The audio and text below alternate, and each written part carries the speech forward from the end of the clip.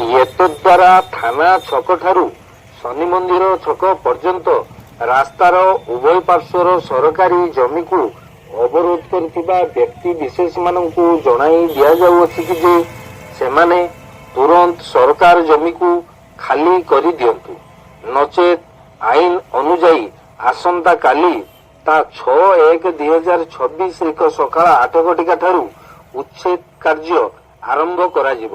ଏହାର କ୍ଷୟକ୍ଷତି ପାଇଁ ସରକାର ଦାୟୀ ରହିବେ ନାହିଁ।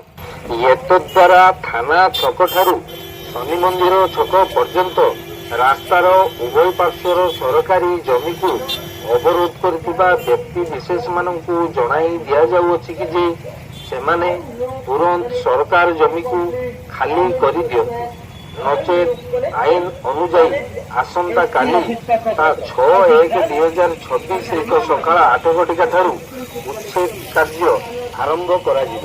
ଏହାର କ୍ଷୟକ୍ଷତି ପାଇଁ ସରକାର ଦାୟୀ ରହିବେ ନାହିଁ।